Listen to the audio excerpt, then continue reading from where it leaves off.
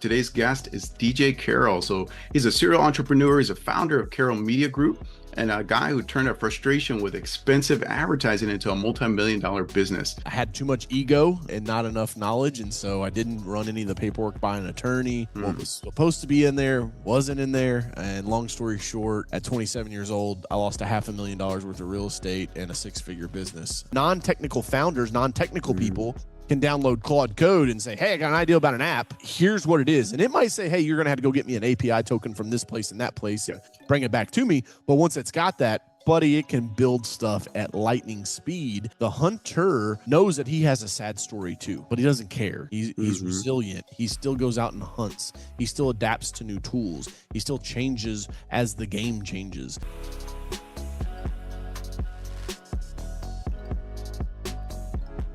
Welcome to the Cashflow Project podcast. I'm your host, Steve Fierros with Tri-City Equity Group. Excited for another episode this week. Today's guest is DJ Carroll. So he's a serial entrepreneur. He's a founder of Carroll Media Group and a guy who turned a frustration with expensive advertising into a multi-million-dollar business. After selling his first company at $3 million in revenue, DJ built Carroll Media into a global ad tech firm, helping small businesses generate leads through social media. He's delivered incredible value increases, percentage increases in lead traffic for clients. He also holds multiple millions of dollars in real estate. So we can dive into a little bit of that with him here on the episode.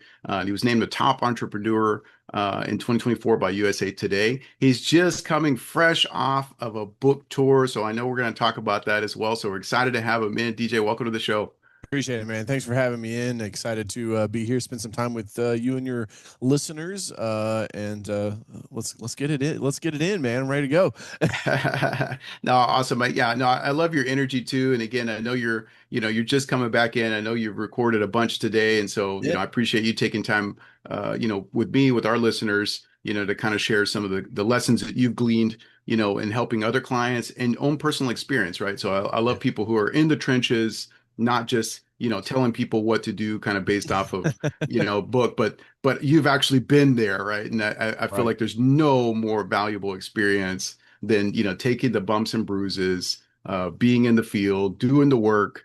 There's just lessons that you learn being there, that you can't get anywhere else. But for those of our listeners beyond that brief intro, I know I know that's not doing you justice, but for those of our listeners that may not be familiar with you, fill us in a little bit of your background. How did you get started into entrepreneurship, into business? We'd love to get a little bit more of a deeper dive with that. Yeah, appreciate it. My senior year of high school, I turned on 8 football scholarships. My chemistry teacher, my guidance counselor was like, "What are you doing?" My mom and dad were also kind of like, "You're supposed to be the smart kid that goes to school. What are you doing?" Started mowing grass, and by my end of my senior year of high school, I was making about $4,000 a month, basically co-oping for myself. So like, it's always a funny story. Like all the kids would sign out and they'd go to like the factories or the offices in town to like do their co-oping, and like I always made the joke that like I signed both sides of the co-op book, like for the student and the boss. And so that was the business. I grew to about $3 million in revenue. Again, don't get too excited. It's lawn care. Like they don't trade on like crazy high multiples like software does. And so, yeah, man, since then I've built, bought, sold businesses. I'm just an entrepreneur through and through. One of my very first, the very first real estate that I deal that I did was the first house I bought when I was 21. It's $34,000. It was a 2-bedroom, 1-bath, and God bless Kentucky. I don't think you can find $35,000 houses anymore anywhere.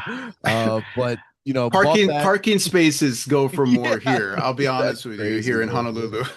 Yeah, so I bought that, and it needed a ton of work, man. It was it was like the plaster on the slat walls, and so lived in that and kind of house hacked it, as you say, and did the lived there a couple of years and then moved out and essentially rented it out. And I've done flips, I've done rentals, I've syndicated. Obviously now I've got millions of dollars worth of real estate that we've syndicated with guys out of Chicago, and it's been fun, man. Honestly though, the real estate deal that taught me the most was my fitness center. I bought a gym when I was 27 from like kind of money that I'd made in my blue collar business, and Man, that was rough. That one was a lesson learned. I had a real estate agent that came in and basically took me to the cleaners. I had too much ego and not enough knowledge, and so I didn't run any of the paperwork by an attorney. What Hmm. was supposed to be in there wasn't in there. And long story short, at 27 years old, I lost a $500,000 worth of real estate and a six-figure business. And so real estate's fun until it's not, I always like to say. But we've got great partners now. I've got great property manager that manages the portfolio for me. And, my main focus, I don't really actively buy anything. I haven't bought anything in years now, but because my focus is in building our AI platform. But I think real estate's great. Like there's always a deal to be had, man. You can open up Zillow and like I could find you a house that you could flip. I could find you especially with the new regulations, like if you're trying to get into the game, like you ought to be buying a fourplex, man, putting the 5% down, live in one of the units. Like that's to me, I'm like, holy smokes. I don't know why more people don't do that. But yeah, man, I'm excited to be here. I've got read a ton of books, got a ton of learned knowledge and a ton of lived knowledge. So just hoping to share that with your listeners while we hang out and jam for the time that we got. Yeah, no, absolutely. And I definitely want to dive into some of the AI tech, but just to kind of go back to what you were sharing about the fitness center, I'm curious, was that something that actually got to close and it was just like post-close Oh like yeah. legal issues, or was it more on like the operations side where, because obviously there's so many dynamics No, I to love this, for dude. Actually, I don't think I've ever I talk about the story in the book, but like not in detail. So like I've actually never shared this. Normally, like it's just something we talk about and go on. So I've had the way that the deal came to me was I was a member of the gym, and the mm, guy in town that owned it was called Watsy's House of Iron, and like it's in this like 20,000 person like community, right? So I'm like, okay. dude, you can't be a meathead gym in like a town of 20,000 people, and so he was he did really well when he was in his little shopping center, like you know pretty rough looking space, and like he made money, and so like he got an SBA loan. He built out this big 5,000 plus square foot facility with a living quarters in the back, and like it was really cool. And so then he started losing money, and he came to me. He's like, DJ, you're like one of the only entrepreneurs in town, like like that would be interested in this. Like, can we do a deal? And so I was like, yeah, man, I'll give you 25 grand for the equipment, and you owner finance me the building, and we'll go talk to the bank, and I'll just make the payment straight to them for you every month. And so like you're be free and clear. Let me get this thing stabilized, cash flow positive, and then like I'll refinance it and get you off of it. And he was like, that's fine, whatever you need to do, man, because otherwise like the bank's coming to take it. And we're like, all right, cool. And the bank was happy to see me. They're like, hell yes, you'll make the mortgage, because like contrary to what everybody believes, the bank does not want your assets. Yes, They would that's much rather correct. you just pay the mortgage. And so we went in, dude. I rebranded it to Elite Fitness. We repainted it. We did a school membership co-op deal with the local high school, so that like if you were a student athlete, you got a discounted rate. We added a supplement store. We private labeled supplements in our own apparel. Like I mean, it was cranking, dude. It was rocking. And then in walks Jerry, the real estate agent, and he's like, I got a client that's looking for a building like this. And I was like, well, I'm an entrepreneur, so all my shit's for sale. How much you want to pay me for it, right? And so basically he said, hey, this deal needs to stay confidential. And I was like, hey, man, totally get that. I think it needs to stay confidential too. Like my whole plan here, Steve, was that I was basically going to sell the real estate to his clients, and then take the gym business that I had built up and sell that Mm, to the other gym in town and be like, here you go, man. You can buy all my members and my equipment. gotcha. By the time I got around to getting to sell it, like having the conversations to the other gym, his buyer, which was a church, basically was like, hey, Elite Fitness is closing down. We're going to be moving into their brand new facility. We're super excited about it. And so then, like, you're in a small town, it spread like wildfire. We had half the members drop their membership because like, you're closing. I'm just going to go ahead and move to the other gym. And I'm like, oh my gosh. And so then obviously my deals with the other gyms fell apart. I couldn't sell the equipment in the business because they like Hmm. closing, right? And we ended up having to give the real estate deal. I gave it back to the owner that I bought it from, because I was like, I'm not closing. This guy just pulled a quick one on me. He wasn't supposed to say anything. He crashed my deal. I'm not selling it to him. You can sell it to him, right? And so like I walked away from the building, and then I took a bath on I owed probably 18 grand on the equipment. But I'll tell you Sure. something, man. I pride myself in this. I did not default on that loan. I've never defaulted on a loan. I carried that loan with me for another 36 months and paid it off out of the proceeds of my other businesses because it was on principle. And Yep. so, we tried to sue the guy. It didn't go. My attorney was not. I didn't pay him enough, right? He wasn't a sharp enough attorney. He didn't dot some I's, cross some T's, and so basically the judge threw it out. And that's the story of Elite Fitness, man. Wow. So, okay. So, I mean, a lot of this could have been avoided with, let's say, an NDA or something similar, like just being in the transaction, obviously, with somebody more astute on the legal side. I Yeah. love to mine for, um, I mean, so many entrepreneurs, so many investors over the years, right? It's like everybody loves to, tout the successes, right? Because those are fun, or those are easy. But it's like, this is the flip side of the coin that I feel like, Yeah, man, man. like everybody, like we all know it. Everybody who's tried something, you failed. Like it is, you're Yeah. not, I don't want to do you, business with you if you didn't, right? Because I'm like, I'm right. not going to be the first one, right? It's like if you want me to be in awe of your success, tell me all the stories that I just shared with mine there, right? It's like, tell me the stuff that you screwed up and how it went wrong, because then that tells me you've actually got the reps in place to know what you're talking about. Yeah, yeah. No, I mean, I'm even just like listening to your story. I'm like, okay, well, market size, that's one thing. We've learned that one, painfully also, right? It's like, hey, look, don't try to do something if the market size doesn't justify it, right? This is Right. part of looking at like a larger macro picture, right? Like, okay, what do the Yeah. economics of the market dictate? Like, hey, can this, the population, can the income level, all of that, can that support what it is that you're trying to do? Right. So Yeah. there's a bunch of takeaways, right? Like finding the proper legal. Yeah. But on the This was positive side, yeah, go ahead. Go ahead. Sorry. this was nothing more than spit on your hand and a handshake. Yeah, I For gotcha. this guy, he was an old school realtor. He told me, when he was like, "Yeah, we got to keep it confidential until the close." Like, I thought, like, that meant staying confidential till the close. Like, Yeah, But what happens is like that's why you need non-disclosure agreements, and yeah, you've got to get your paperwork tight, because then when we went to sue him, it was a he said she said thing, right? Now the beauty was we deposed him on recorded camera, and holy shit, I saw the real guy come out, because I mean he was accusing me of like all kinds of like wild stuff, and he was like, I'm pretty sure your attorney put you up to this, like, I mean, like, insulting my attorney and stuff. And he was like, dude, this is gonna crush it in court. So like my attorney was like, hey, we're going to trial on this one, like there's no settlement, bro, like we'll roast this guy. But what ended up happening was there was and this is a good lesson for your listeners to learn, man, is like sometimes things will bite you in the ass and like you have no control over. And it's like, sorry, game's over. The appeals court had just ruled, while we're doing this like in our local circuit court, right? There was a similar situation that had just went to an appeals court where a guy was trying to sue the other side's attorney. And basically, the appeals court said, because you didn't follow proper administrative channels first and mhm, you move straight to litigation, you're basically like wasting the court's time. And so they said, no, you're like, it's out. That is what got us. My attorney didn't know that was going on simultaneously, so I kind of gave him a pass. But at the same time, when it got to the judge in this small town, the judge is like, well, I'm friends with him. Like, I go to the church of the people that are trying to buy it. Like, basically told the junior person, like, find a reason that we don't have to take this to trial. And so that they came back to us and they said, hey, you didn't file an administrative complaint. We mhm. argued, hey, the administrative complaint couldn't have awarded us damages like we wanted. But nonetheless, whatever the judge says goes. It's so, Right. we basically got home courted, as he told me. And, at the time, my attorney, Steve, he goes, DJ, just look at it this way.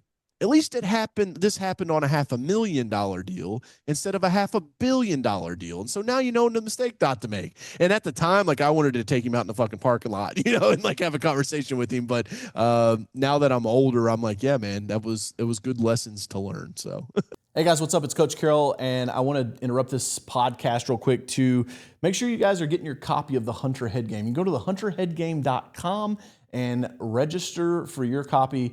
Everyone that registers will get a free copy of the audio book.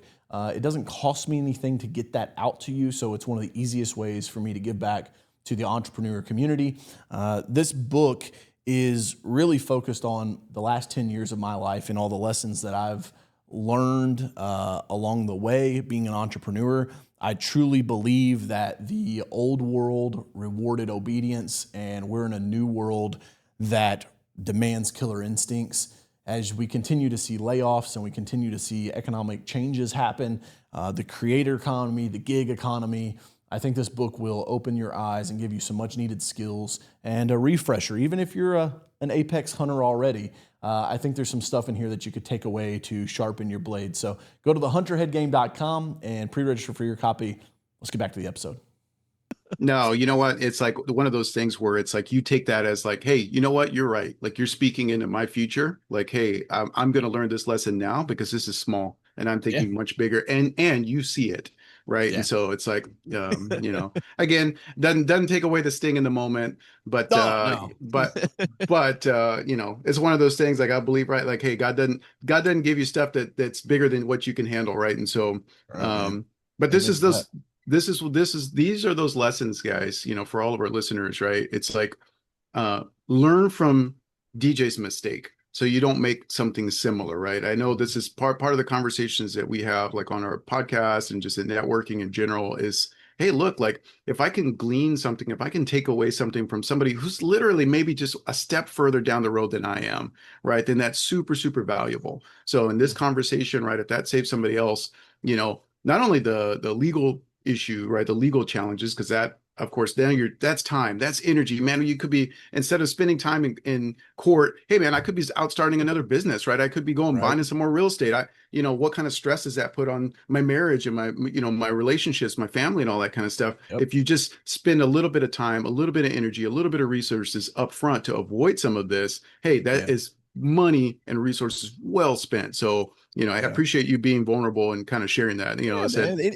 Anything I can do to help entrepreneurs, man. Like that's my Coach Carroll, right? That's my personal brand. It's what I've been building for almost a decade now. That's why I write the books. That's why I do the YouTube videos. That's why we hop on podcasts. It's like my mission, man, is to like elevate and educate entrepreneurs all across the globe. So like if my losses can then help other entrepreneurs skip those, like I'm paving the same path that my mentors paved for me, right? I call it the Lieutenant Dan method. You ever watch Forrest Gump, right? Lieutenant Dan, he's got no legs and he's in a wheelchair.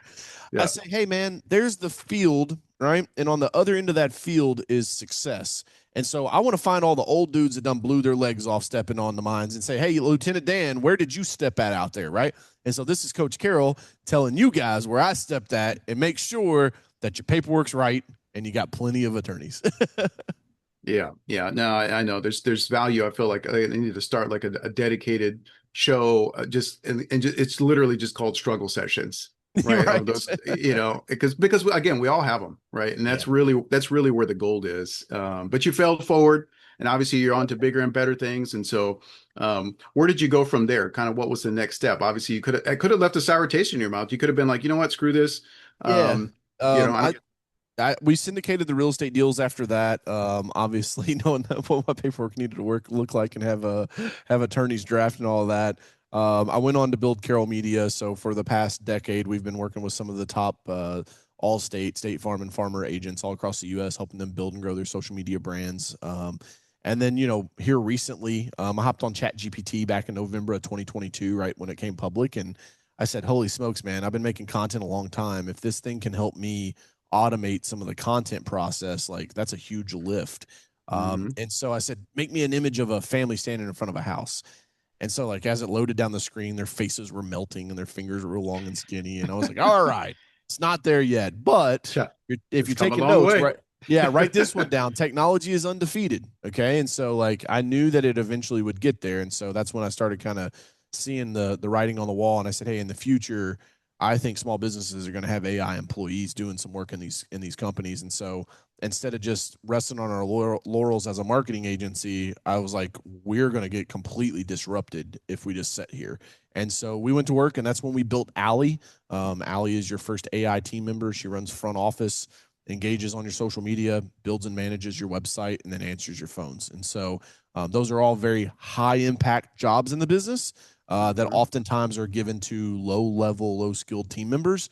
And so it's a perfect place for AI to be able to lift up a business. And so that's what my focus is on now, man. That's where all my money goes, all my time, effort, and energy. We're bootstrapped. So we've built it from the ground up, and You know, it's like it's not a go high level rapper, a chat GPT rapper like a lot of these guys have you see on the line, but Yeah. we're pretty excited about it. And that's been my main focus. Cause again, man, everything I do is just to help my people, man, which are entrepreneurs.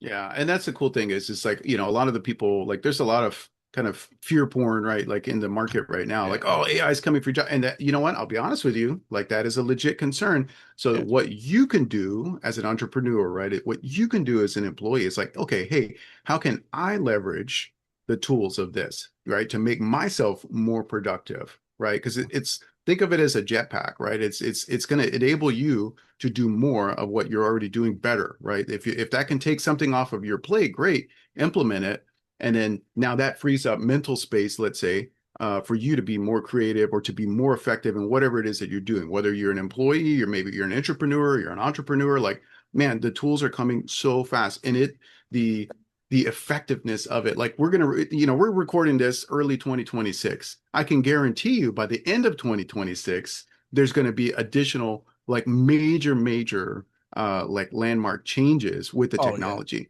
And Yeah. so Some of these there's a models are growing yeah, 400% per quarter. Like insane. Like, and the adoption curve is massive, dude. So like yes. just Yeah. just to paint the picture, the internet, it took the internet as a whole, right? Internet browsers essentially is where this is measured from.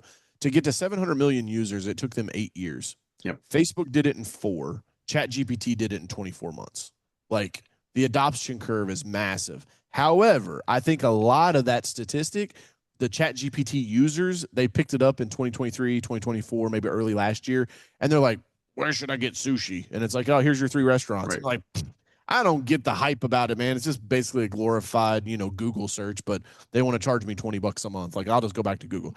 And you're like missing the whole boat, man. Like, it's like there's so much more to it than that. And so, like, I would just encourage people, like, spend time on it. I've spent probably 1,200, 1,300 hours on ChatGPT. I've probably spent another 1,500 hours in Claude, mainly because that's how I edited my book. This was a 500-page manuscript and that we whittled down to 260 pages of distilled information. And I used Claude and ChatGPT to do that because I'm dyslexic, dude. Like, I was never supposed to write a book, right? And so what I love about these tools is it gives opportunity and accessibility to small business owners and to people and creators. And I'm just like pro human, man. Like I think we're pretty good with tools, right? Like we did okay with the fire. Airplanes have been pretty solid. Like the internet did good. Like oil, steel. Like I mean, for Pete's sakes, we all have nukes right now. We haven't launched them on each other, right? Like at the time of this recording, like, Yeah. I was gonna check back in a week. But for the larger part, it's like I think we do pretty good with tools, and I look at AI like it's another tool, and so like that's part of being the hunter, right? And having that hunter, the hunter head game is all about like the mindset of a hunter, because in business entrepreneurship, like dude, 80% of this, 80% of this game is right here, the 6 inches between your ears. It's 20% like skill, will, and execution. The other is like, do you want to get out of bed this morning and go fight that battle again, right? Because it's just like I got my butt handed to me yesterday. I don't know that I want to keep doing this. It's like how long, I like to say, how long can you stay in the batter's box? And so that's what I wrote about in the book. good. We use ChatGPT, man, and Claude as well to help edit that down. And it's amazing tools, man. Amazing time to be alive. My dad's 70 years old. He had an outhouse and now he's got an iPhone. Like, what the hell, No, that's actually, I think that's great. And I try to explain this to my kids, very frequently because I'm like, okay, well, I'm coming up on 50, right, in a few years. And it's like the amount of change that I've seen, in my near 5 decades of life on this earth. And, like my kids are relatively young, but they're effectively technology native, they're AI native, and it's like I can't imagine what the next 10 years, 20 years, 30 years, like what their next 50 years is going to look like. And it's going to Yeah, look so incredibly different than what it looks like now. So for yeah, those of you, those of our listeners, right? Like, hey, maybe you're like, I don't want to spend time on that AI thing. I'm telling you, you need to familiarize yourself, build some stuff with it. Think of it like, how DJ is saying, hey, implement it, use it, just try it out, like spend some time with it, like like you think of it as like a thinking partner, right? Like don't necessarily just use it like like you would Google or Yelp or something like that, right? It's so much more than that. But Yeah. again, it's not going to take away your creativity. It's still going to boil down to how much effort that you're willing to put in. I love that. I love that what you said there, about, how much time, how long can you stay in the batter's box, right? Because Yeah. again, this lets you stay in the batter's box a lot longer. Oh my Yeah, goodness. man. Like it's such a time saver. Like it's so good. Yeah, a lot of people are saying like, "Oh man, AI is the biggest thing since the internet," and I actually think it's the biggest thing since the airplane. Because if I want to go from Louisville to Denver, that's a 3-day drive. Like I got a 2.5-year-old and an 8-month-old. It's a 3-day drive, right? And so, but I can get there in 3 hours on an airplane. That's what I see with AI. Is it compresses time, and then what the most slept on thing is, if you're listening to this right now and you're ever like, "Yeah, man, I had an idea for an app one time," or "Man, if I could just like." If this software could do this and then that software could do that together, man, it would save me like 10 hours a week. For the last decade, we've been telling all the kids, if you want to be wealthy, if you want to make money, you want to be secure, go learn to code. Because if you can code, then you can create software. And if you can create software, you can make magic happen. None of that has changed. Just because the AI bots know how to code now does not mean that, well, coding doesn't matter anymore. No, no, no, no. Quite contrary. It means now that non-technical founders, non-technical Mm, people can download Claude Code and say, "Hey, I got an idea about an app. Here's what it is." And it might say, "Hey, you're going to have to go get me an API token from this place and that place yeah. and bring it back to me." But once it's got that, buddy, it can build stuff at lightning speed. And now, not only can you build stuff yourself, like it costs you next to nothing, right? Like when we developed the first application of Alley, dude, it was like we were getting quotes for like 250,000 bucks. Like it's nuts. We're building features and shipping stuff weekly now. It's insane. And so I would just encourage people there when these impacts happen, there are these K splits in the economy. And so what I mean by that is like when the internet happened, right? All of these different pathways you could have went in life. Then there's a line and the internet happens. And then there is a K split, meaning the people Mhm, that said, "Okay, cool, I'll figure out what email is and I'll build a website for my mhm. business and like I'll figure out the internet." You continually, by and large, went up in net worth. Whereas the people that Yeah. said no to the technological advance went down. My dad was one of those guys. He never made more than 20 bucks an hour in his life. He never had an email account. Like, and he was always just like, computers, I don't get it, right? And it's like it was long-term detrimental to his lifetime earnings and his net worth.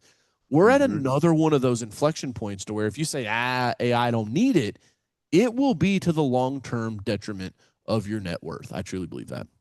Yeah, no, I think that's actually a great point. And the awesome thing is like that right alone, right? Literally what you just said provides an opportunity today for so many people that feel like, oh man, okay, like I'm not, I'm always going to be a renter, right? I'm never going to be able to have, a house, right? I'm never going to be able to build a life. No, no, no, no. Like this provides an opportunity for that, but you got to be willing to step into the ring because if not, like it's just going to pass you by. This is a K-shaped, economy, right? Like this is, Yeah. and you're absolutely right. So no, thank you for highlighting that. Yeah. Because guys, there's so much potential out there right now. Like, don't And sleep on it. don't Yeah. be the victim. You just said like, there I see this with Gen Zers, man. I talked to a ton of them and they're like, "Oh, the American dream's dead, man. I'm never gonna be able to buy a house. I'm never gonna be able to be rich." Like it's like that's gone. That was for the millennials. They're the last ones. It's like, yeah, if that's how you wake up and think your day's gonna go every single day, you're exactly right, right? It's the self-fulfilling Mhm. prophecy. And Right. so, I would tell you like that's the difference between a hunter versus the hunted, right? The hunter knows that he has a sad story too, right? But he doesn't care. He's Hmm. resilient. He still goes out and hunts. He still adapts to new tools. He still changes as the game changes. If you want to be a victim, like good luck, man, because the world that we live in does not reward that very well.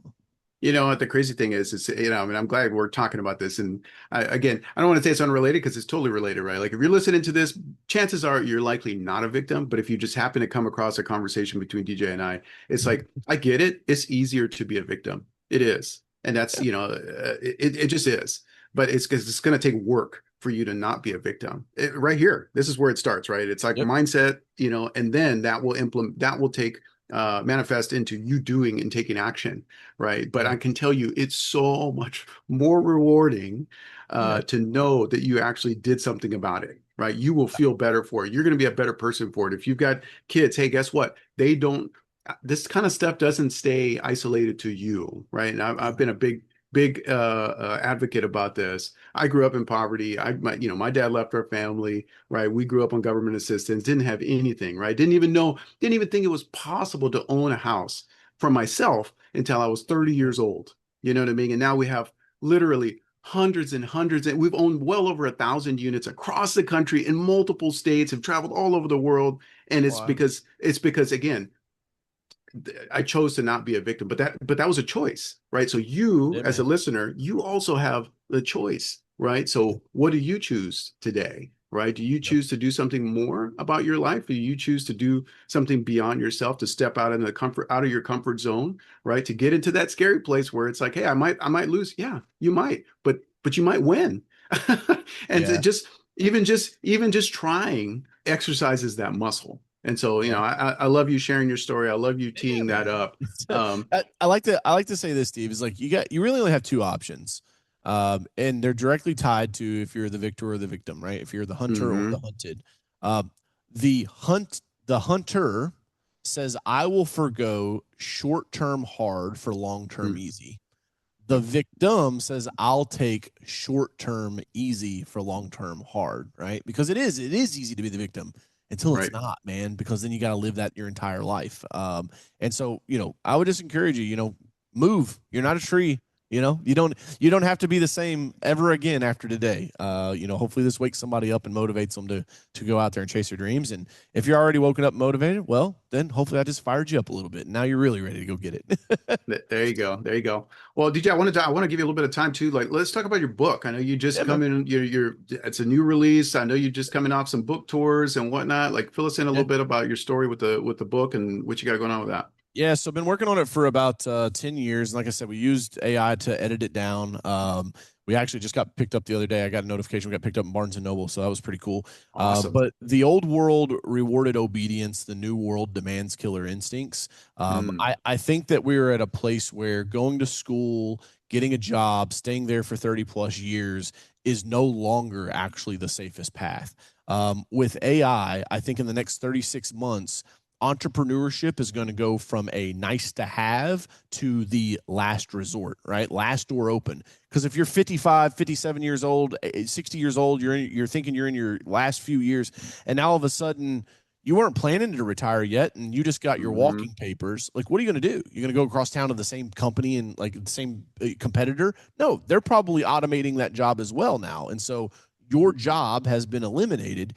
And I think one of the things that like motivate me the most about like being a cheerleader for entrepreneurs, if you will, is that I think by the end of this decade, man, the term proprietor is going to come back around, right? When you Mm, start your first business, typically when you fill out your paperwork, right, yep. it's a sole Soul prop. proprietorship. Yep. But like we don't talk about that. You never hear anybody say that. But that's how the economy used to work, man. It was like you were a sole proprietor of a trade or of goods. And so like for me, I don't want to see people getting stuck selling mangoes on the side of the road, right? It's like I'm not here to like scream or like you said That fear happens porn. here. Yeah, it's like right. It's not to panic you. It's to prepare you that like if you're in one of those positions right now, you could be in trouble. If you're past that and you're already like an active real estate investor and like you're doing well and you're taken care of, like dude, kudos for you. You are now living in the best era that we ever have had. Allie, her whole stick is that like I know voice is massive. Like the AI voice space is going to be huge because it's infrastructure. Like not having to answer your phones ever again. Like what? Hmm Like that is crazy. Like that is just crazy talk. And like being able to automate. And so like part of the lessons that I teach in here is like if you're going to be a top level hunter, you got to use the tools that are available to yourself. That's why the Indians didn't win, right? Like we showed up with guns and it was like, uh-oh. And so, it's like, I know, trust me, I've gotten tons of hate in the comments. Like that's factually inaccurate. So I was like, all right, whatever, bro. But it's like, Hey, I'm Native American, man. Or I'm part Native American. I don't condemn you. perfect. And it's like I'm pretty sure I got some Indian somewhere down the family bloodline as well. Who knows? But it's like we're all human. It's all one species, man. We're all one human race here together. But like you got to adapt to the tools that are around you. And then the other thing is just like it's being an entrepreneur, man, it's 80% a head game. And so I put the frameworks and the strategies and stuff that's in there. You guys can go to coachcarroll.com, get a copy of it. Also build an AI companion so that you can literally chat with the book, which is pretty cool. So, but yeah, man, I was excited. This has been fun. This time like flew by. I was like, holy smoke, just look at my calendar. I'm like, are we already almost out of time? Like, holy man. Yeah, yeah, no, I appreciate you. And like I said, I love talking to people who have been around, like for one, like different industries, right? Because, a lot of people, okay, well, hey, I'm going to stick to one lane, right? But it's like, okay, once you start kind of getting outside of that, again, this is talking about getting outside of that comfort zone. You really, again, you start to experience things that you wouldn't otherwise. And then, the more that you get outside of even your circle of influence, now you get to start to glean from those people's experience as well. And so like that can really fast track your learning. So again, getting into the headspace of like, let's say you pick up DJ's book. Okay, great. Like he's going to share experience and things that you didn't know about, right? Like again, our conversation here. And I would always encourage other people too, like go network, go get outside of your own comfort zone, go meet some new people, go, try something new. I mean, again, what's the worst thing that's going to happen to you? Like nothing, it's like, but the I've best, never been hurt by a no. That's like one right. of my favorite sayings in sales. I've never been hurt by a no. And I'll tell you, man, a lot of my success, I'm 37 now, like a lot of my success, like being worth millions of dollars, like it wouldn't have happened if I wouldn't have networked and got in rooms. And like in my 20s, dude, I was like every single night, now my wife, but at the time my girlfriend, like we were like dinner out. Like, where's the networking event? Like, we're Yeah. going, we're going to find some people and we're going to go to dinner with them. And like, some of those relationships are still there. Some of them are like, hey, there's nothing here anymore. Like, cool. Like, you can cut people out of your life. That's okay. You don't have to hold on to them forever. But I think, that whole saying of like, it's so cheesy. It's like your network is your network. Like, it's real, man. And the real stick to that a lot of people don't teach you is, do you introduce your network or does your network introduce you? Mm. Meaning that there's two types of entrances to a room. There's the entrance where you come in and people say, "Who is that?" And there's the entrance where you come in and then you say, "Oh, there you are." And everyone's like, "Oh, that's that guy," right? It's like if you can get to that point where you have that network, man, I can't tell you how many deals I look at a year that like most of them I say no to now, but it's like people Yep. just bring me deals. They're like, "Hey, dude, I know you're always looking like here you go." It's like cool.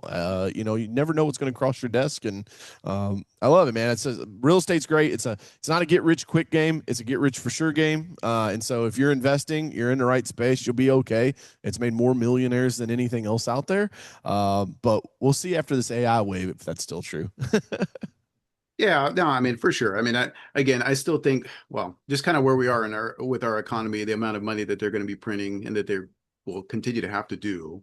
It's like, okay, like if you're holding on to hard assets, it's a pretty safe bet. You put everything out on a long enough timeline in that kind of instance, and you win. So Yeah. you use the business, hey, buy some hard assets, buy some, some precious metals, some real estate, get your, own your castle, right? Yeah. And you should be in good shape. But this point in our show, DJ, where we kind of have our fire round, just a little bit more rapid fire Q&A. Is Cool, that man. something you're up for? Yeah, let's do it. Right on. Awesome. Awesome. All right. First question. What is your favorite book recommendation outside of your own? What's do you have uh, some go-to books that you go to that you Yeah, recommend when people ask? a lot of people know Napoleon Hill Think and Grow Rich, but they don't know Hmm. Outwitting the Devil. Yep. Outwitting the Devil is a fantastic book, especially if you get it on audiobook. It's super fun to listen Yes. to. I would say definitely do the audio Yeah, because hearing the voice. Oh of the man, my God. devil, like yeah, Yes, dude, yes, yes. it's crazy. It's a fun listen. I also think that yeah, so it is Fire Round. So yeah, that would probably be my book that I would recommend because not a lot of people know about it. Yep, right on. Very cool. All right, next question. What would you consider your superpower to be besides like infectious positive energy, man? Like I can just feel it's just radiating off of you. What Yeah, would you people tell me consider that your all the time. superpower? They're like, your energy, man. Where's it? I'm like, dude, it comes through me, not from me. So, that's how I know I'm operating in my higher frequency, higher power. So, I would say my gift is the ability to connect, and be present. I think that's something that is not common with like millennials or Gen Zers. Hmm. Like, it's like they're always like, I get aggravated, man. Like I go to lunch meetings or something with like people that are my age, and I'm like, they just check on their phone constantly. Like I have all my notifications turned off. Like my phone doesn't ring, it doesn't buzz, it doesn't do anything. Which is a huge life hack, by the way. Like you want to like drastically increase your like mental health. It's like silence all the notifications on your phone, and like you'll thank me for that later. But I think just being able to like look somebody in the eye, man, and connect and like be authentic. I am who I am. You get me? And like if you don't like me, that's totally okay. But like I will not water myself down for you. There you go. No, I love it, man. Like being comfortable in your own skin, connecting. Yeah, I love that. That's very Yep. good. Yeah, that was one of the best things that we ever did was talking about cutting out the distractions. It's like, we don't have a TV. Haven't had a TV in probably 8 years. That's Some awesome. people just always have it on, and I'm like, you know what? I choose what goes into my ears, what goes in front of my eyes, because it Yeah, affects you big time. that's cool. All right, next question. If you had a time machine and you could go back and visit 20-year-old DJ, what advice would you have for him? She ain't worth it, bro. No, I'm just joking. Um, 20-year-old DJ. Holy smokes, man. Life will test you, but the tests don't come from God, they come from Satan. Mm, And so stay focused on the path that is before you and the gifts that you've been given. awesome. Thank you for that, brother. Yeah, man. All right, next question. For the busy working professional, somebody's out there, they're trying to work towards financial freedom. What advice would you have for them?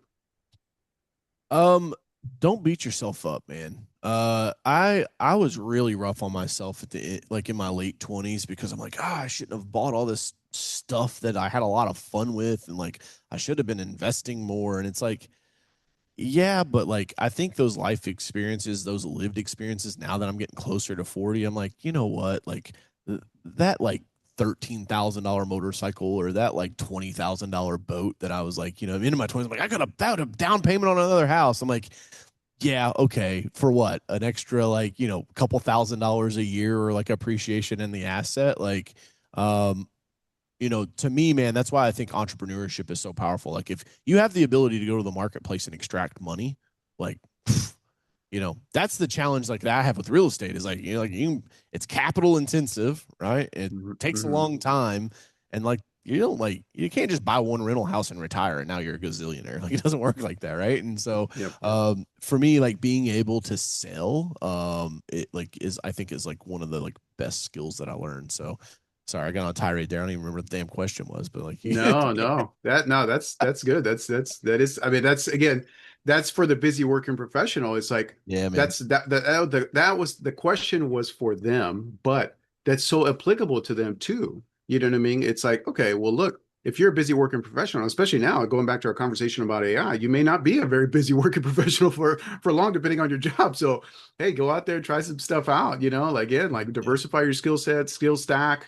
I mean, there's so many different Tomorrow's things that not you can go promised, better. man. Like, you know what I mean? Like Yes. tomorrow's not promised. I like literally my dog just passed away like while we were on tour and it was rough, dude. Like Oh, it's like, he was only like 8 years old. Like I thought we had a lot more time with him and you just never know, man. yeah.